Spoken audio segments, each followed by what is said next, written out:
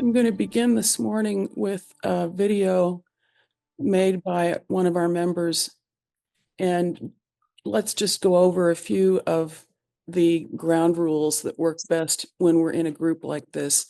For the presentations, if you could mute yourselves, that would be great. There will always be some time for comments, but we'll hold those until the end. And so we have first the meditation from Zoie, and then a recording that Zoie made explaining her contemplative year. And the contemplative year led up to the meditation that I'm going to share. This is about 4 minutes and it's recorded. Here we go.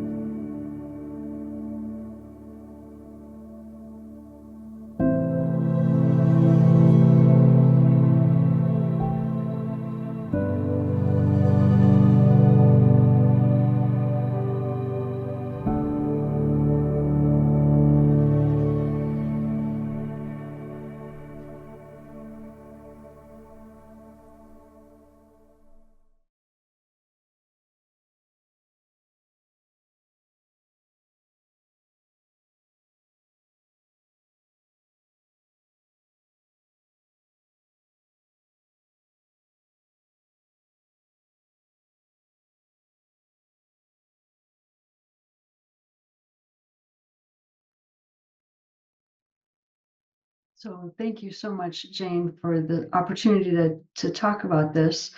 Um, so Inner Oceans was one of the last pieces I made during 2024 creative strength training theme of contemplative mark making. And at the beginning of 2024, if I had said I wanted to make something like this, or if someone told me to make a visual meditation, I would have had absolutely no idea where to even start. And probably I would have said it's impossible. I can't do something like this. And, thinking about it, that's how I often feel when I see either a complicated to me piece of work that someone else makes, or a piece of art that really speaks to me. I think I can't make anything like that. But the thing I learned while working contemplatively, without any end goal in mind this last year, is that it really isn't about where you start. Um, it's about noticing all the scenery along the way as you're going. And although my project sort of culminated 2024 with a visual meditation, what I gained by prioritizing this sort of open awareness around my creative practice was so much more than the pieces of artwork that I created. And that experience is what I want to share this morning or this evening for some of you I know. And so I'll show several compositions I made during the year leading up to the Inner Oceans. So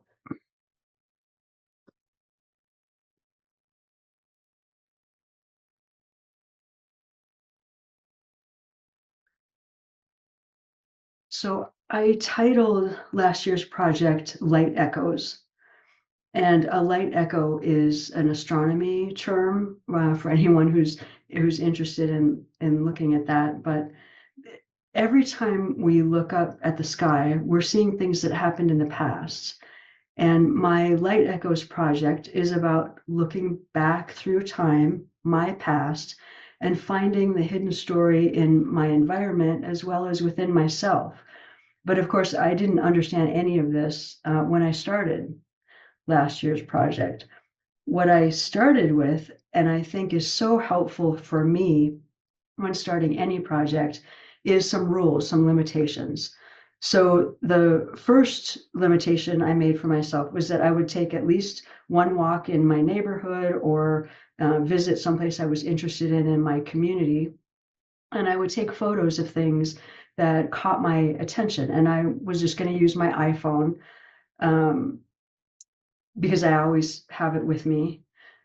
And just notice where I am all of the time and what's interesting to me. And the second thing was that I would spend 15 to 20 minutes a day digitally collaging images together, images that I have, images that I took. And so there were really just two artistic tools I was using for this whole project. So my old remake of an iPhone 4, so it's nothing fancy, and Adobe Photoshop was how I was doing the collages. And this seemed very doable to me because although I have a full-time job, I still have early mornings and nights and weekends left for my art projects. So I thought I'd show you some examples of what would catch my interest while I was walking around in my neighborhood. So on the left is a picture of my garage floor. It's got water stains on the cement and are sort of in iron dust that stain the bottom three quarters. And the top three quarters is sort of where the garage door, or the top quarters where the garage door comes down. So it's a little more protected. So it's right in between, inside and outside my house. And on the right side, is a picture of a sidewalk down the street from me. You can see the expansion joint between the two slabs. And we have these metal rusty street signs. And when we get occasional rain, the rusty water will drip down and it stains the sidewalk. And these two images really make up 90% of the Inner Oceans. It's really the whole landscape, just these two photos combining them in different ways and in different multiples. And so for special effects, I used two photos on the left of cracked sidewalks that are up the street from me in the other direction. And those were sort of the lightning that I see as lightning in the inner oceans meditation. And I also used the picture on the right. It's just a piece of plain copy paper held up behind a Palo Verde tree. They're green, all green bark, and they have little teeny tiny green leaves, and they're like weeds here. But I loved the shadows that they created on a sunny day. And so really, when I took these photos, I had absolutely no plans for what I was going to do with them. I really just liked the marks they made in each photo. Day 20 of my daily practice was sort of a first turning point in the way that I was working. Prior to this project, I had worked on and off with Photoshop for about 8 years, so I was fairly comfortable and proficient with that tool. And of course, almost everybody takes photos with their phone, so we can all do that. But the first 19 days I had been working like this, I really wasn't making anything that appealed to me that much. The moment this image came together, sort of resolved itself for me, I realized that I had gone over my 20-minute limit.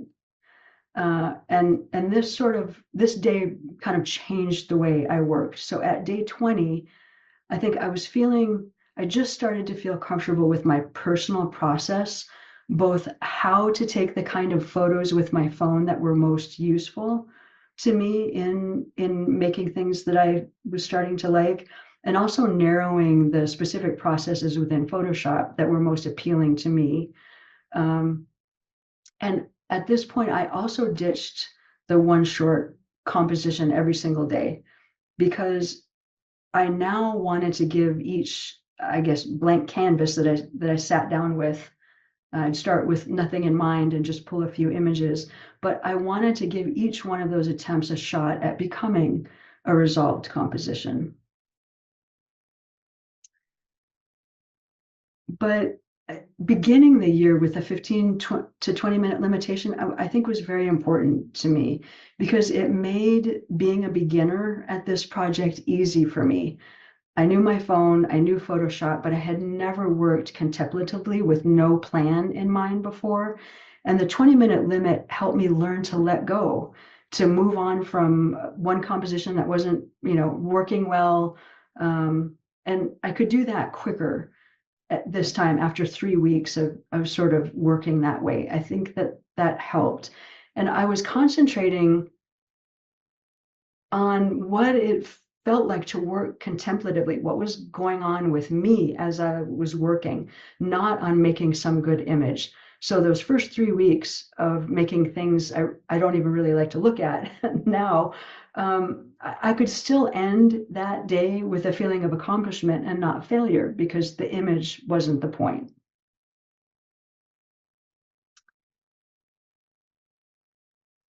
So behind the scenes, without realizing it at the time, I was learning how to trust myself. I was learning to trust that what was interesting to me was valid, even though I still had this little voice inside that told me no one else is ever going to care about these photos that you're taking of sidewalks and rusty metal and garage floors. Um, but I began to trust myself that they were worth it.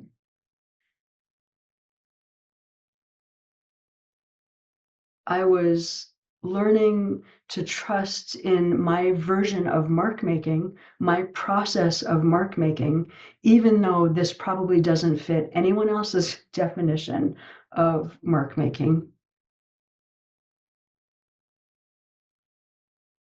And I think I was learning to trust my own sort of artistic journey. And in fact, I think I was just learning to believe that I actually had an artistic journey. So a few months of working contemplatively this way while I took walks, while I composed images. It made me notice some unhelpful and unhealthy personal beliefs that I was carrying around or had been carrying around for a long time. And so, in noticing them, I made a decision to keep working through them using this project.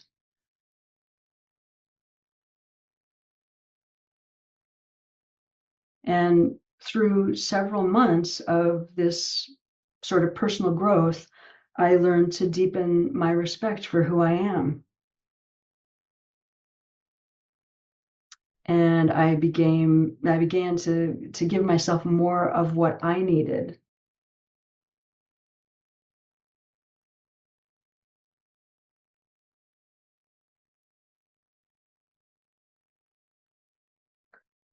I began to learn more about what self-love looks like for me.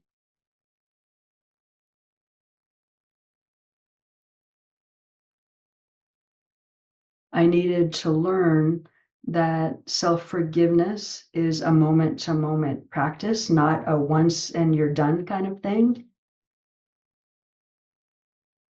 And I needed balance to remember the good and not just focus on what was going wrong, to know what I could give to others and what I needed to keep for myself and when to do either.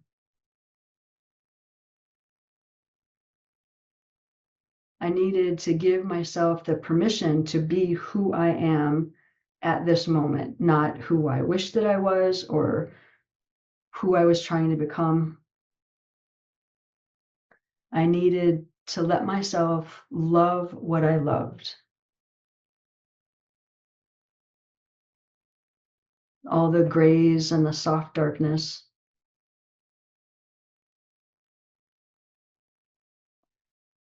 And I knew that this permission had to come from inside me, not from someone else.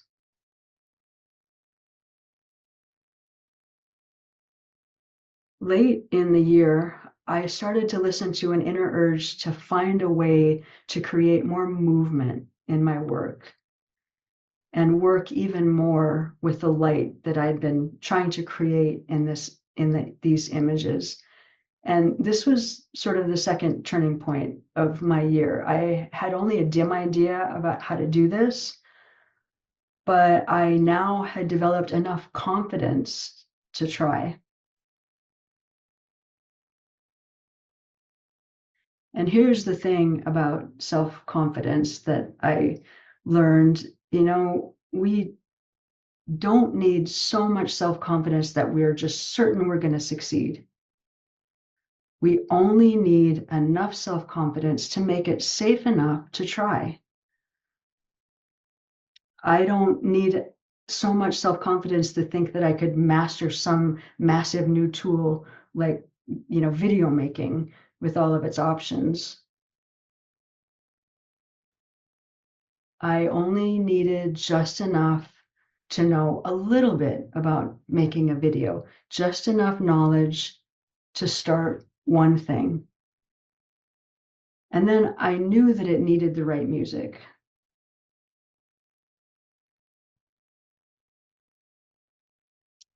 And now I could risk asking someone for help because I had enough self-confidence to believe that Inner Oceans was worth making.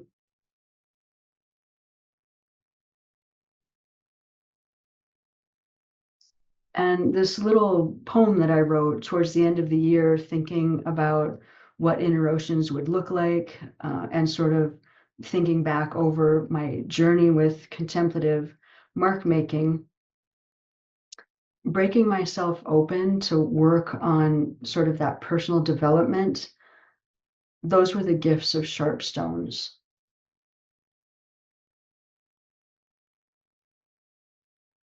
And trust, self-confidence, and self-love, those were the gifts of gold.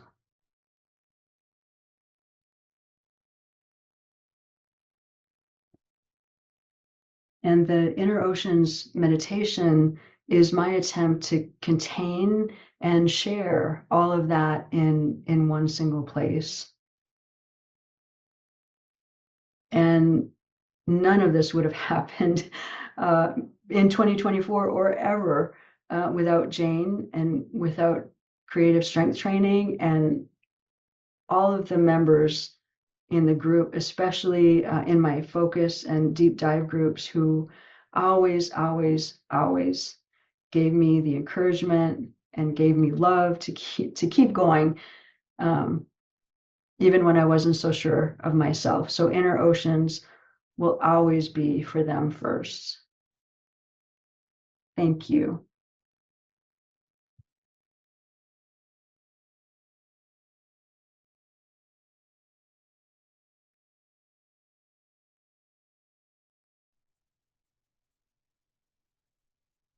Thank you. Thank you. Zoe, are you here?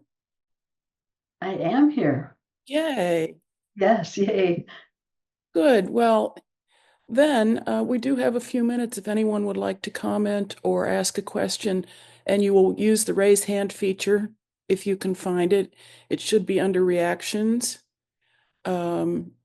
We always have to look out for each other here because I don't look at the chat when we're in the middle of a presentation. I can't do two things at once very easily. So if there is a question in the chat or you're having trouble finding raising your hand and somebody else notices it, please make sure I'm aware so that we get all the comments in. And Tree, we're back to you. Thank you. Zoe, that just really set the stage for the morning, and I'm watching the snow come down and feeling really at peace. It's interesting now that I've seen not the bulk of your work, but a sampling of it in the second video or slideshow there. I'm reflecting back on your meditation one and the cruciform figures that are showing up there. Would you care to comment on those? Absolutely.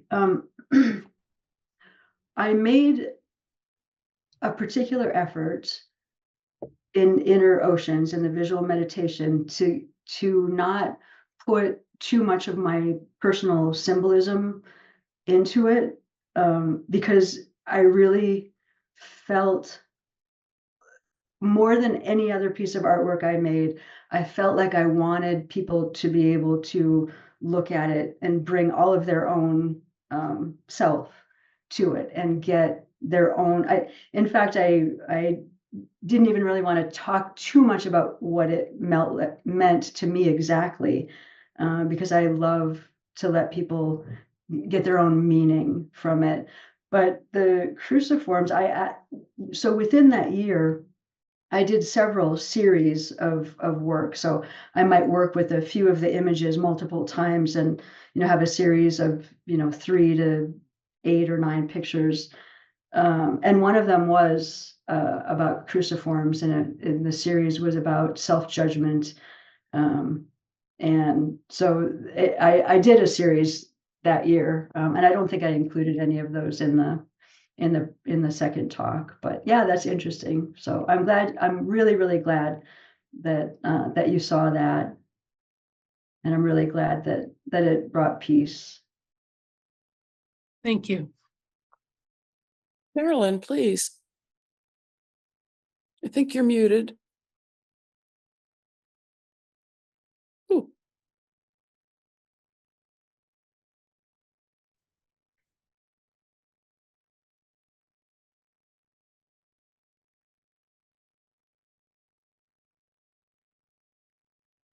Marilyn, I think you're still muted.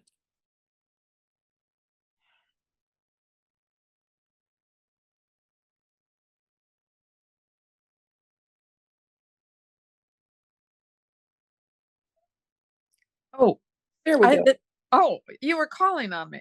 I was I'm just overwhelmed, Zoe. It was gorgeous, and it gave such inspiration to using one thing to go deep. And certainly I'm going to be thinking about that as I go forward.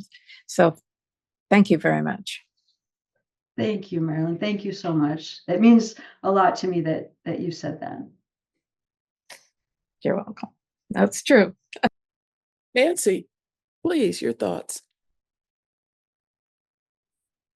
I just want to say how grateful I am to come across somebody else who loves sidewalk cracks and odd configurations of things, because I've been fascinated with odd things forever.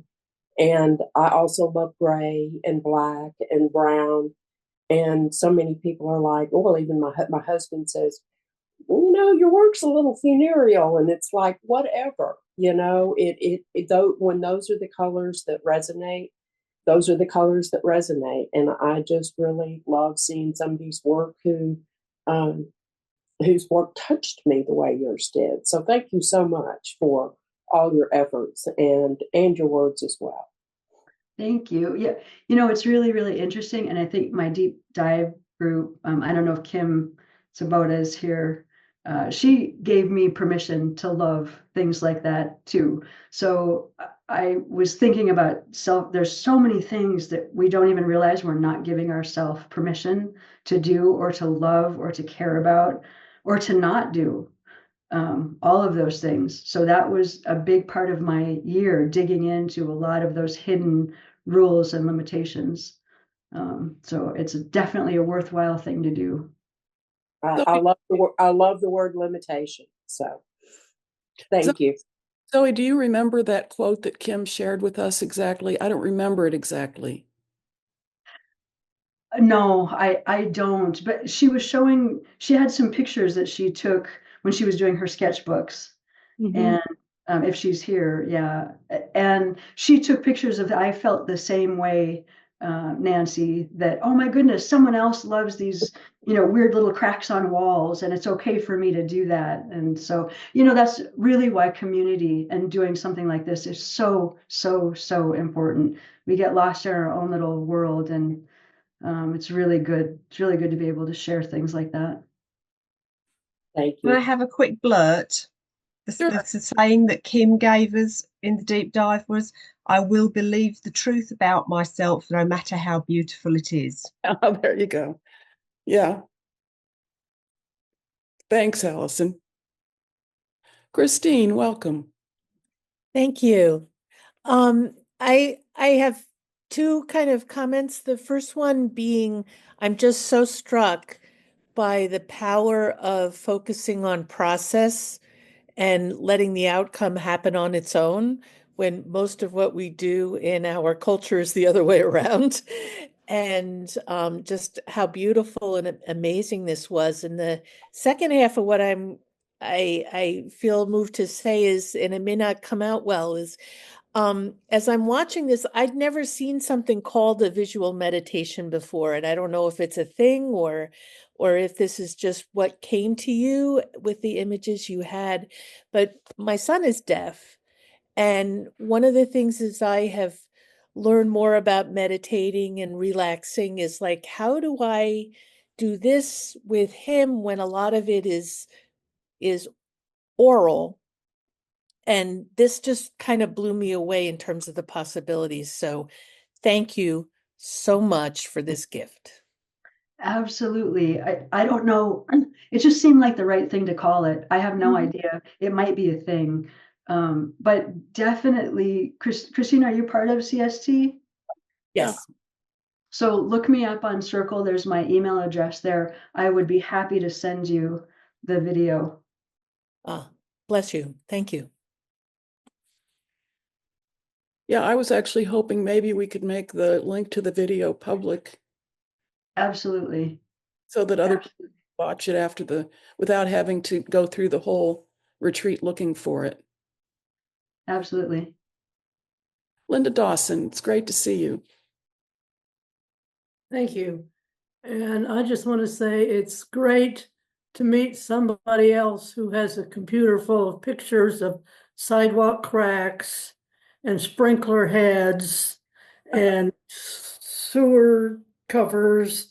And I'm just going to play around with, I'm not going to copy you. Don't get me wrong. I'm not going to copy you. but I'm going to play around and see what I can come up with those because I love going in the beiges and browns and some copper in it. So I think they would be some great pictures come out of that. And I thank you so much for this. This is one of the most exciting things I've seen this year. Oh, wow. Coming from you, Linda, that's amazing. And yeah, it's definitely worth it. I think it's real easy to give up. I think it was Christine that was talking about process. It's really easy to give up early on because until we find that process, until we sort of develop that, to me, that personal process, it's such a it's the hurdle we have to overcome, and we know where we want our work to be, and it doesn't look like that yet. Even if we don't know exactly what that is, we know it's not there yet. And so definitely just keeping at it, patience, self-love. It's okay. Knowing it's okay to find it, take as much time as is needed. Barb, your thoughts? First of all, I'm really happy that I'm in the same category with Linda Dawson as far as picture taking is concerned, but I have like 37,000 pictures. So as you sit down and you take a look at what you've taken that particular day, do you have any tips on organization, the things that you think about, your categories, things that you might go back to, I guess? I did start categorizing things. I had a little section of birds on, on power lines, but I gave that up fairly early on because, again, it wasn't about the image I want. I had no idea what I was going to make. It was about sitting down and saying, what do I love today? What is interesting to me? What's exciting to me? And then I would just scroll until something looked good, and I would throw it, open it in Photoshop, and then I would scroll through and find 2 or 3 more things, and then I would start. But I would give myself permission to toss out things that weren't working and bring in new things as it started to develop. I am usually a very, very organized person, but it did not work for me contemplatively, the way that I wanted to be able to, because again, how was I feeling while I was doing it? That's what I was concentrating on. So I concentrated on the things that brought me joy or interest or, excitement. So it's more the serendipity of what's happening in that moment. And then you're layering in Photoshop. Are you filtering at the same time, or do you just put stuff up there and start playing around with it? It's with Photoshop, since it has a million options, it took me a little while to find out the things that I needed. So I used color filters. I used not a lot of masks. I used some masks. And then I definitely used a ton of blend modes. So, yeah. Okay, thank you. Mm-hmm. Yvonne, please. Hi, as a Photoshop lover, I am totally in awe with the journey that you took with your work. I can't find the words for it. Isn't it true that some of the small things are so unappreciated in life in many ways? I did have one technical question to ask you, of course, as a Photoshop user. Did you use Photoshop the video to put your slides together? Yeah, I went sucked it up and bought a few months of Premiere Pro because, again, at that point I needed help. I needed to ask for help. So I had one friend, Andy, whose music I listened to, his ambient music I listened to during a lot of the time I sat down to create. And so his music was a perfect thing to put in the visual meditation, but it was scary for me to ask him permission for that. And then I had an old friend that I had worked with that did all of our marketing and graphics for the company that we worked for. And so I know he used Premiere Pro. And so I said, I'll give you anything. Will you please just sit with me for 3 hours and just show me the basics and I'll figure it out from there. And so that's why I used that. I know that now Photoshop does have some of that, but I went with Premiere Pro because that's my easiest path to what I wanted to get to. Okay, thank you very much. Mm-hmm. I'm glad you're here. Tess, it's great to see you. Thank you very much, Zoe. That was a profound lesson. It moved me really deeply. I started off this morning in a kind of a dark and murky place, and you've completely transformed my state of being. I really love how you described your process, and it was visual. I loved the music, and I loved your words. Your statements that you said for each day, it was just a profound process, and it gives me a more clear path for where I am right now, making art and trying to express what's inside, because a lot of it is very abstract for me right now. And it was just a tremendous presentation. I thank you very much. I'm going to watch it a million times. Thank you. Thank you. Thank you. Yeah, yes, the whole year started out abstract for me. So just keep going and don't worry about it. You'll get to where you need to be. Thank you. Thanks for the comments. It's so good to be with all of you this morning. I don't know whether I said how glad I am to be here, but what a wonderful way to begin the day. We'll take just a 2 or 3 minute break before we move on and enjoy what Rosemary has to share. I believe she's here, but in case you need to get up and get a glass of water or some tea or another cup of coffee, take just a little bit of time, and then we'll start up again.